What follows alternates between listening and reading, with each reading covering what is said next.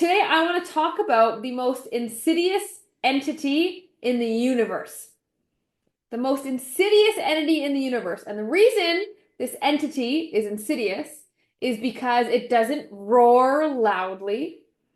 It whispers just enough to get you to stop trying. And what is that entity that I'm talking about? Well, it is fear. Now, fear plays a role in everybody's life, right? Whether we want it to or not, and whether we know it or not. Fear is playing a role, right? And I mean, I think that's pretty obvious. We all know that. But we don't realize that it's also playing a role in the background somewhere of how we make decisions and in how we feel. And I want to bring that to light today so it's not fear that's sabotaging our weight loss results or our marriage or our relationship with our kids or anything, our happiness. Because fear is very, very powerful. When it grabs a hold of you, we tend to make it a habit and it becomes our comfort zone. And, you know, we worry, right? Like, who's a worrier? Or we always worst case scenario in our heads, right? You get this anxiety all the time. When we worry, when we're anxious, when we're fearful, when we think about all the things that could go wrong, sure, maybe you're like extra prepared for a zombie apocalypse, but you're robbing yourself of being present in the moment. And if we're really honest with ourselves, don't you think one of the goals of life, meaning of life, whatever you want to call it, is to be truly present and satisfied with the current moment you are in right now on this call, listening to my voice, fully present and elated with joy that this is the moment that I choose to be in. Now, it's funny because when we like I remember that this is still something that I try to work on, but I remember there was a time in my life where I would be sitting watching TV, scrolling on my phone, and I had my laptop open beside me while I was working.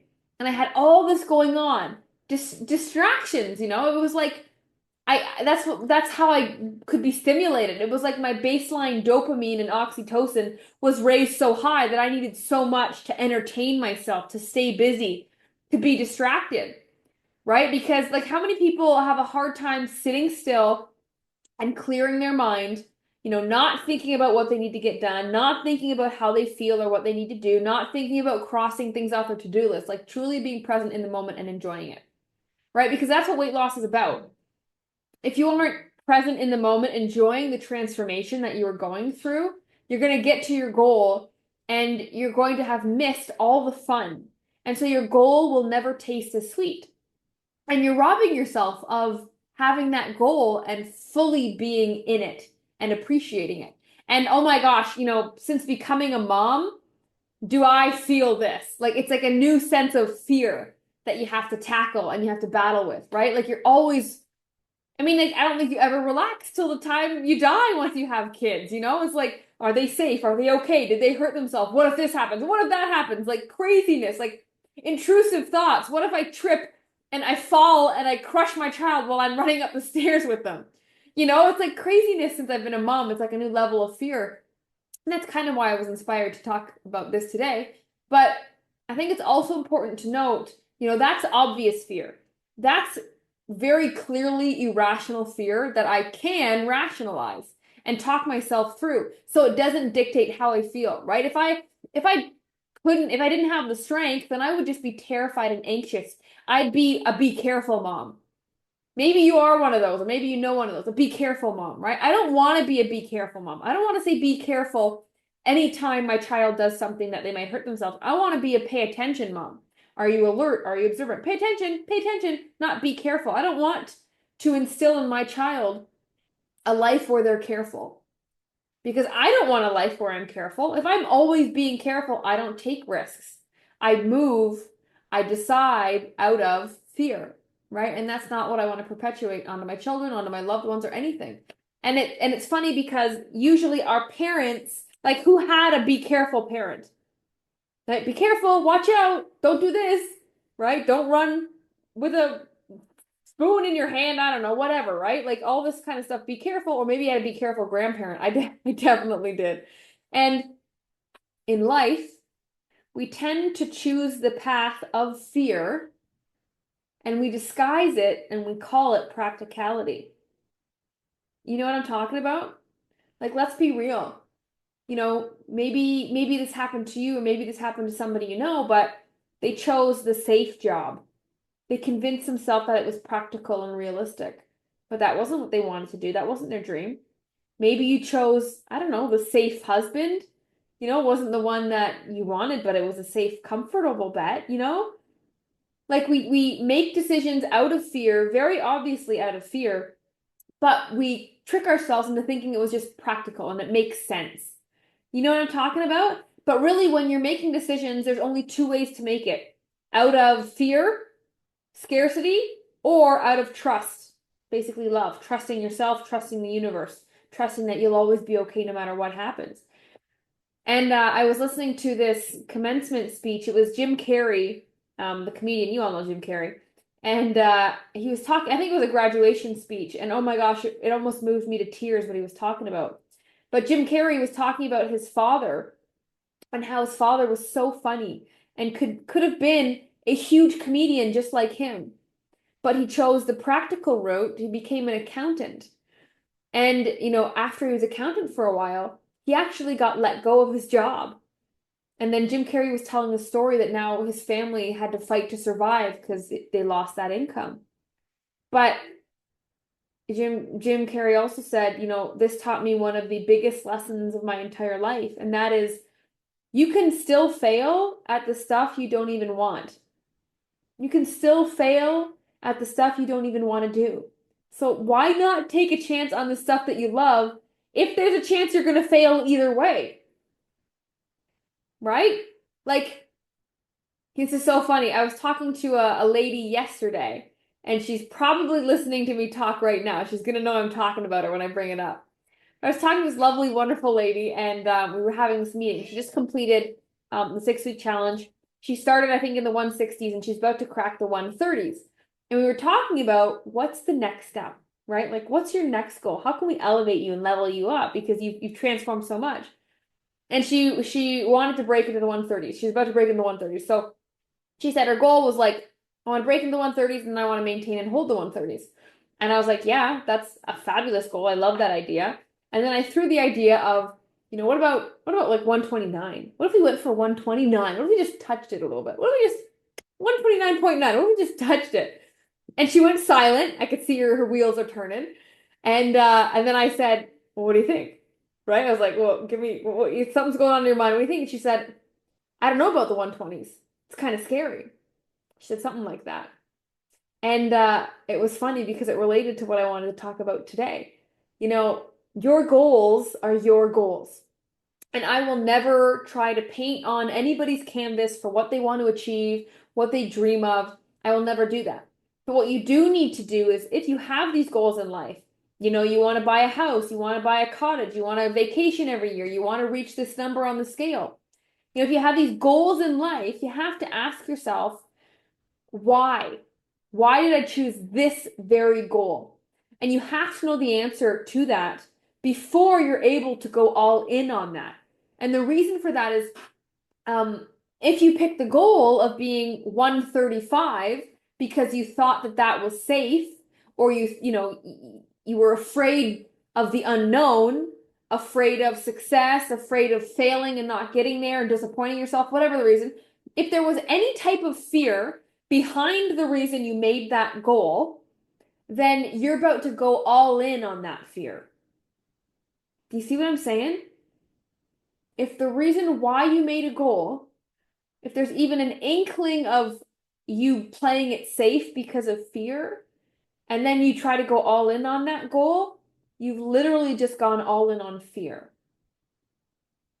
which I know nobody wants to do.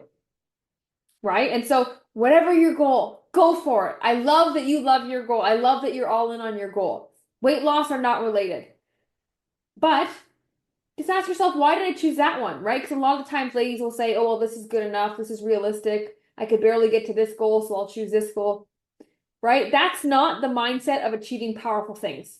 That's not the mindset of abundance where the universe wants to gift you so many things because you make decisions based off of trust. right? Because you either, like I said, you either make a decision based off of trust or you make a decision based out of love or based out of fear, rather. And if you're doing it out of fear, that's kind of like a hoarding mentality. I'm protecting myself from the unknown, the what ifs, the I don't knows, the success, the failure. It's fear is coming from a place of protecting yourself, which it makes sense. We're animals, right? That's our animalistic instinct that we were trying to fight. But if you want amazing, unbelievable success in life, whatever your version of absolute success is, you have to make decisions from love and trust.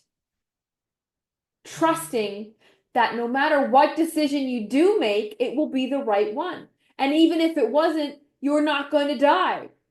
You're still going to be okay. Have you ever not been okay? If you're still here right now listening to me talk, you've made it through everything. You're capable. Why not push yourself and see what you can really do if you've already made it through all the crap life has thrown at you, right? Like, there's something so cocky in the best way about making decisions from a place of trust. It's like so nonchalant. It's like, yeah, I got my back. The universe has my back. No big deal. I'm choosing this option. It's just so much more of a calm way to live. Instead of always regretting the past, fearing the future, living in the what ifs. And one of the best quotes I've ever heard, because this past year, actually, I've really been diving into fear and trying to conquer it. And actually, I'm not going to say try to conquer it. I am conquering it and really unraveling where it's hiding in my life and how it's holding me back. And one of the best quotes, it's so amazing, and that quote is, there are more fears than there are dangers in this world. Unpack that for a second. There are more fears than there are dangers in the world. What does that mean? That means there are an endless amount of fears. You will never be short on possible fears, possible things that could go wrong. Ever. There's so many. But the ratio to the amount of dangers that actually exist, it's ridiculous. There are not that many dangers in this world. There really aren't. And so we are wasting our energy thinking about the fears, worrying about the fears, creating fears. Who's a fear creator? Who creates weird scenarios in your head? I've been there, right? Fears far outnumber the amount of actual dangers. And so take a chance, right? Like this even goes on the micro level of decisions, ladies. Like think about a workout, right? Like why, when you are sitting, when you come home from a long day of work and you're tired and you don't really want to exercise, but you know you should, and you're stuck in that middle zone of deciding working out or not working out, right? Going after my goal or sitting on the couch. When you're in that precipice of a decision, this is where this comes in. And you don't even think it, right? You wouldn't say I didn't work out because I was afraid today. You wouldn't say that. But if we peel back the layers, that's what's happening. Think about it. Why didn't you decide to work out that one time? Because you made the decision to not work out at a place of fear. Now follow me with this. What were you afraid of? That sounds silly, right? I wasn't afraid. But yes, there was a fear of, let's say, getting uncomfortable, right? There was a fear of making yourself physically uncomfortable in an exercise. There was a fear of the unknown. How is the exercise going to make me feel? Who am I going to become if I'm somebody who exercises regularly? Am I going to like that person? Fear of being successful. If I'm actually a woman of my word, whoa, then I gotta keep being a woman of my word. Think about that. Sometimes we don't do things because we don't want to do them, because it means we got to keep doing them. Crazy, eh? And so every little micro decision you need to ask yourself, is this from love or from fear? Because if we reverse back to that scenario with the workout, and you say, should I work out? Should I not work out? And you say, am I acting in love, trust, or fear and scarcity? And then you decided, okay, clearly the decision to not work out is a decision of fear. That's silly right now. I'm not afraid right now. I'm going to go work out, right? When you start to label things and use the right wording, it can actually be the push you need to go make the right decision. And so, fear, F-E-A-R, It stands for it has two meanings. It really can, right? Forget everything and run, or face everything and rise. And if you're taking the time to literally listen to me as I say words, I'm just saying words, and you're sitting there deciding whether or not you want to listen to these words. If you're doing that, that means you jumped on this call from a place of trust. I trust that this is the right thing that I should do because I know it's going to grow my mind. I know it's going to get me further. I'm trusting. Right? And so I hope you realize, ladies, that the only thing to fear is literally fear itself.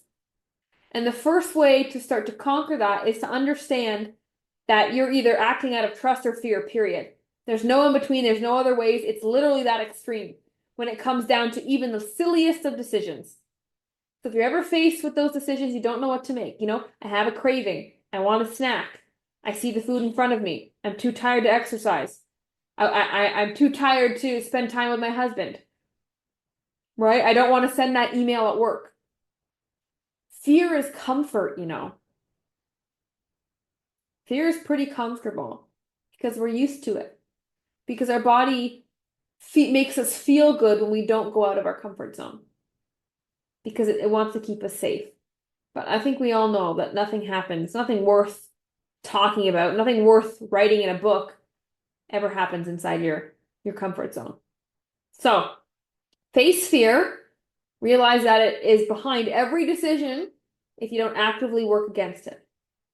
So, no more forgetting everything and running. It's facing everything and rising. Thank you for tuning in to today's episode.